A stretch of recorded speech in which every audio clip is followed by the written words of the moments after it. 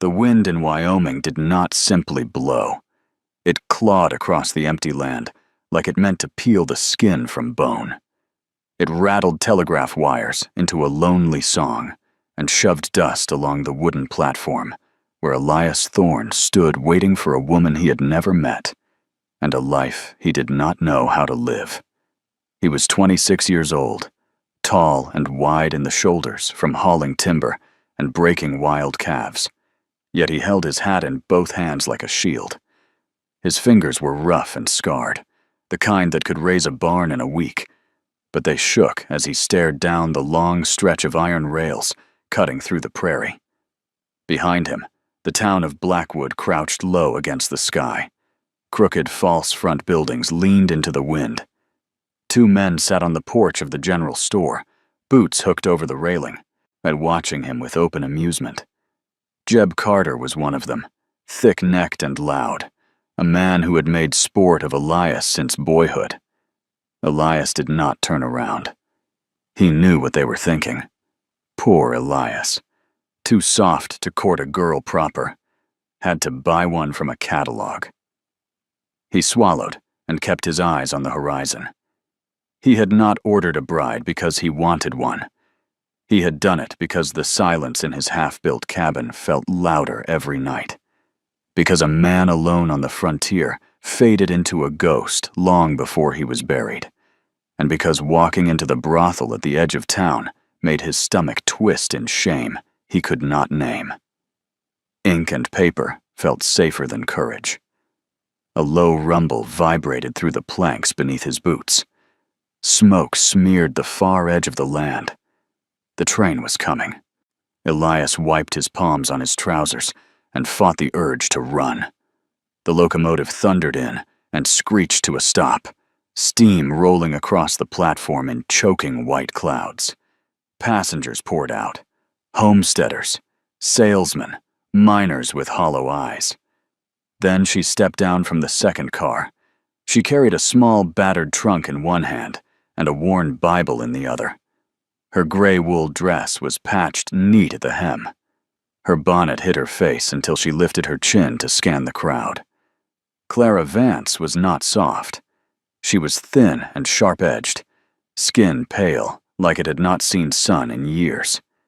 Wheat-colored hair was pulled tight beneath the bonnet, but it was her eyes that froze Elias in place. Blue, flat, watchful. They swept the platform the way a hunted animal watched tree lines. Then they landed on him, and she walked toward him without hurry, stopping 3 feet away. "Miss Vance," Elias said, and hated how his voice cracked.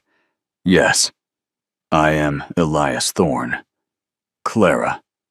No warmth sat in that word. He reached for her trunk. She flinched.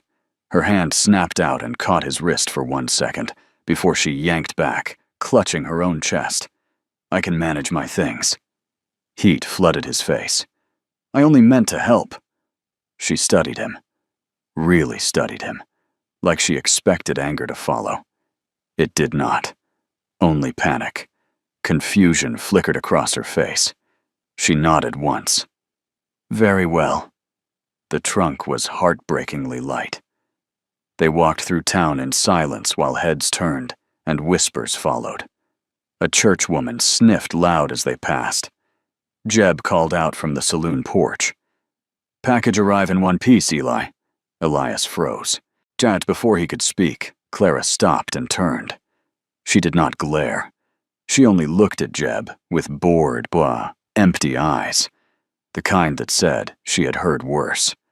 Jeb shifted, suddenly unsure, and retreated inside. Clara faced forward again. "Is the wagon far?" "Just here." The ride to the homestead took 2 hours through empty land and gathering storm clouds. Clara sat straight-backed, eyes scanning gullies and ridges. "It is open," she said quietly. "Yes. Good place to hide." He glanced at her. "Hide." She tightened her grip on the Bible. "I meant quiet." The cabin sat alone near a creek, half sod and half timber, smoke rising thin from the chimney. "It is not much," Elias said fast. South wall still needs boards. Kitchen floor is dirt. Bedroom has planks, though. Bedroom. She stared at the house. It has a lock. Yes, a oak bar. Good. Inside was clean and spare. Stove, table, 2 chairs, 1 door leading to the only bedroom. They ate stew in silence while coyotes howled in the distance. When the bowls were empty, the quiet thickened. Elias cleared his throat. You will want to rest. Yes. She opened the bedroom door and stared at the single bed with 2 pillows. Then she turned. Mr. Thorne, we should speak of arrangements. Arrangements. The marriage. She began unbuttoning her cuffs with calm hands. I cook. I clean. I mend. And at night. Her eyes locked on his. I need to know. Can you make me come? The words hit him like a fist. She stepped closer, not seductive. Assessing. If you cannot, will you expect me to pretend? Or will you take what you are owed? Elias stared at the floor. I do not know how. Silence crashed down. I am a virgin. He waited for laughter. It did not come. Her shoulders dropped. She exhaled a shaking breath. You have never. No. She closed her eyes. When she opened them, the frost was gone. That is good, she whispered. That means we can wait. He nodded too fast. I will not force you. They agreed to share the bed, only to fool the town. That night, they lay stiff as boards on opposite sides of the quilt. In the dark, Clara remembered the man at the train station, the one in the long coat who watched her board the wagon and then turned toward the telegraph office. Morning brought work. Days passed. They hauled water together, fixed fences, laughed at a stubborn mule until both were breathless. She mended his shirts. She treated his burned hand with snow and cloth. Something careful and fragile grew between them. One night by the fire, she asked why he was so gentle. He told her about his father, about watching his mother shrink, about cattle towns and men who took. I decided I would rather be mocked than feared. She told him about St. Louis, about debt, about being 16 and trapped, about men who paid and called it lawful. I came here to be real again. You are real, he said. 2 nights later, in the dark, she asked him to touch her hand. To stop when she said stop. She cried when it did not hurt. Winter closed in. Then spring. They rode into town for supplies. The storekeeper whispered, Cyrus Conincade is here. A rich cattle baron stepped inside. His eyes landed on Clara. Mr. Dalton speaks highly of you. Clara went white. When he brushed her shoulder, but she slammed fabric shears into the counter inches from his hand. I am not property. Elias twisted a gunman's wrist and dragged her out. They ran to a half-drunk lawyer named Holt. He wants your creek, Holt said, and your wife is his lever. That night, someone cut their fence, killed their cow, painted a message on the barn, pay the debt or lose the land. Clara tried to flee into the snow. Elias dragged her back, half-frozen.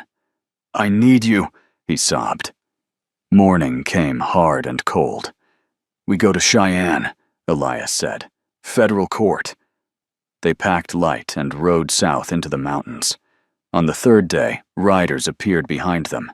Clara clutched his arm. They are coming. Elias looked back through the blowing snow. Yes, he said, and this is only the beginning. The mountains did not welcome them. The snow lay in deep, hard drifts that cut the trail down to a narrow ribbon of ice and stone. The wind screamed through the passes and stole the breath from their lungs. Elias walked most of the way, leading the mare by the reins, breaking trail with his legs until they burned and shook. Clara stayed in the saddle, wrapped tight in blankets, her hands white around the pommel. They slept in abandoned line shacks and shallow rock shelters, never lighting a fire. Each night, they listened for hoofbeats. Each morning, Elias studied the ground, reading tracks like a book written in fear. On the third day, he saw dust moving wrong against the snow. "Riders," he said quietly. 4 shapes crested a ridge far behind them, riding fast and straight. "They found us," Clara whispered. Elias did not answer. He turned the mare into a narrow cut in the land, where stone walls pressed close. They hid among boulders, while the riders thundered past below, too fast and too sure to see what they missed. Clara held her breath until the sound faded. That night, they huddled together without speaking. Fear pressed in on all sides, but something else lived there too. Resolve. By the 5th day, the land opened. Rails appeared. Smoke rose. Cheyenne spread out before them like a different world made of brick and noise and iron, and they rode in looking like ghosts. Their horse limped. Their faces were raw with wind. Their clothes were stiff with dirt and ice. But they had made it. The federal courthouse loomed heavy and gray, built to remind small people how small they were. Clerks blocked their way. Questions piled up. Time slipped. Finally, a young assistant attorney named Black granted them a few minutes. "This territory is full of land disputes," he said flatly. "Why is yours special?" Clara stepped forward. "It is about slavery," she said, "and land theft." She told him everything. She did not soften it. She did not beg. By the end, Black leaned forward, jaw tight. "A hearing tomorrow," he said. "Judge Abernathy." The courtroom filled early. Reporters packed the benches. Cyrus Conincade sat smug in the back, his lawyer polished and cruel. And they put Clara on the stand. They stripped her story bare and tried to turn it against her. They called her immoral, a liar, a thief. Clara sat rigid, hands clenched, hearing old lies spoken with new confidence. Then they called Elias. He stood in the center of the room and told the truth. He told them he had never touched a woman before Clara. The room froze. "I married her because I was lonely," he said. "She did not trap me. She saved me." He pointed at Conincade. "That man tried to steal my land by stealing my wife." Judge Abernathy slammed his gavel. "The contract is void. The injunction stands. Case closed." For one breath, hope filled the room. Then Black caught them in the hall.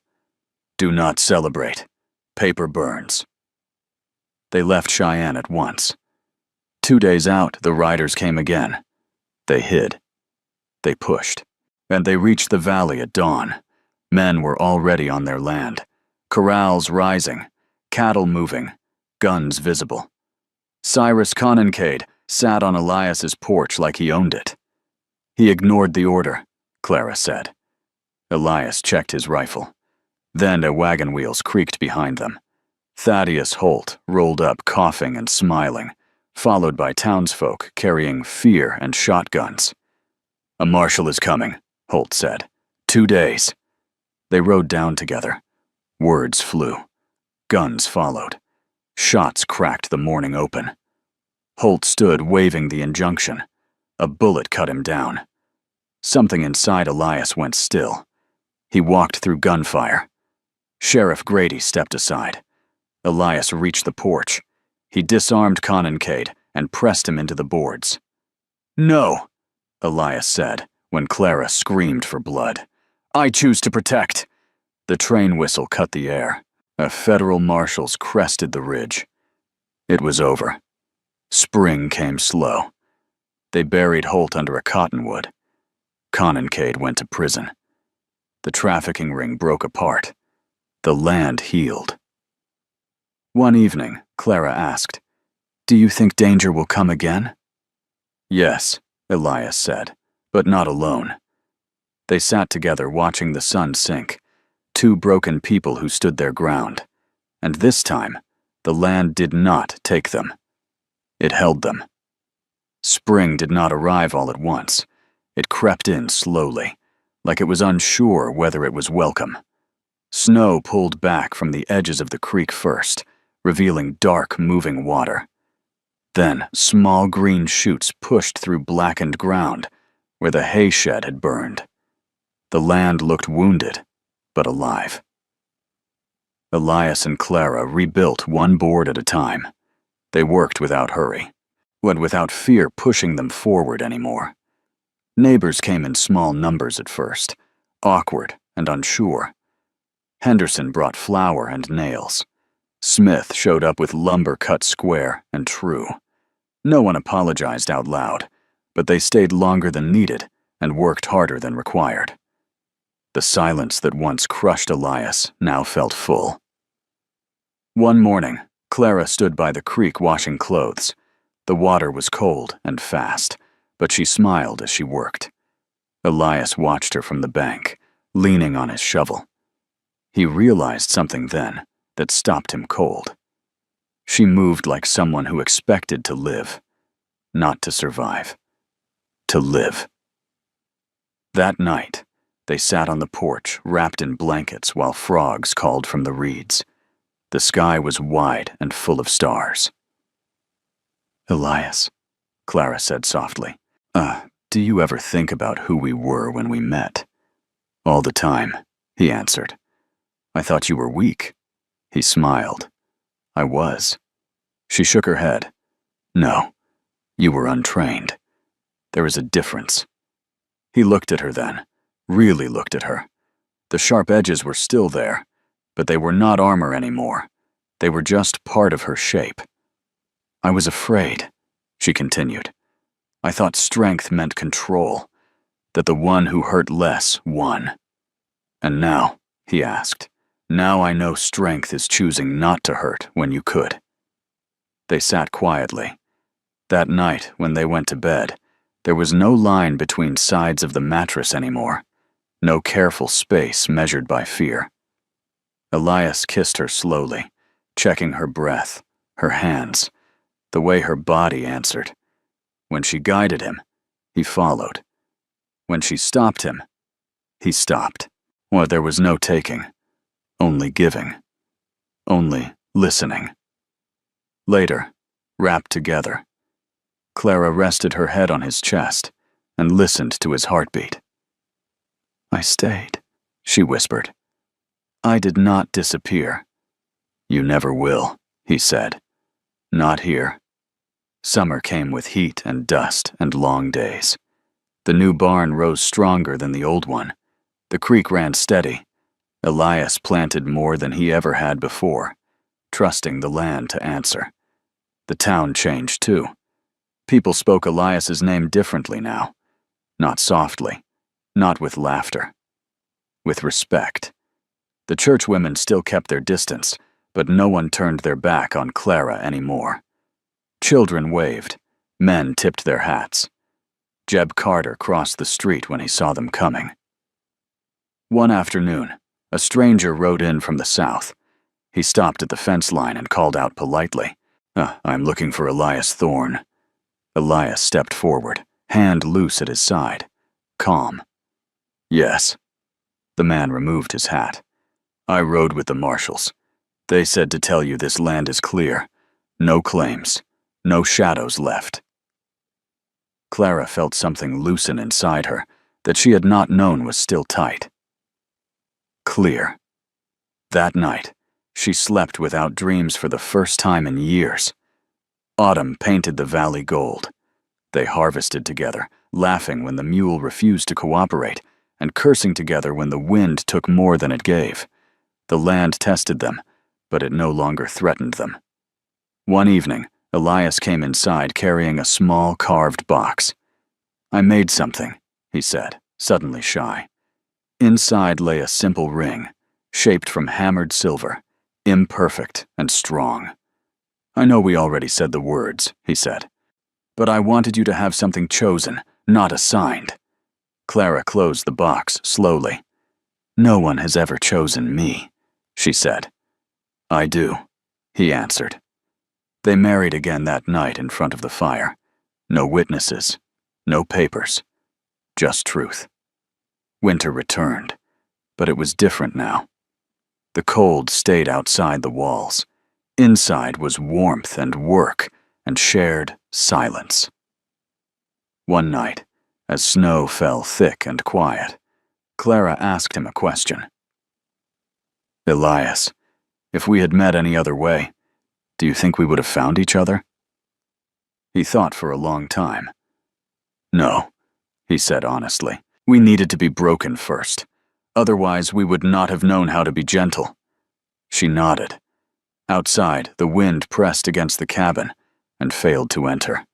Years later, travelers passing through the valley would speak of a homestead by the creek where a quiet man and a sharp-eyed woman built something rare. Not just a farm, not just a marriage, a place where power meant protection, where healing came from being seen, where two people who had been treated like less chose to become more together. And in the wide, unforgiving West, that was its own kind of miracle.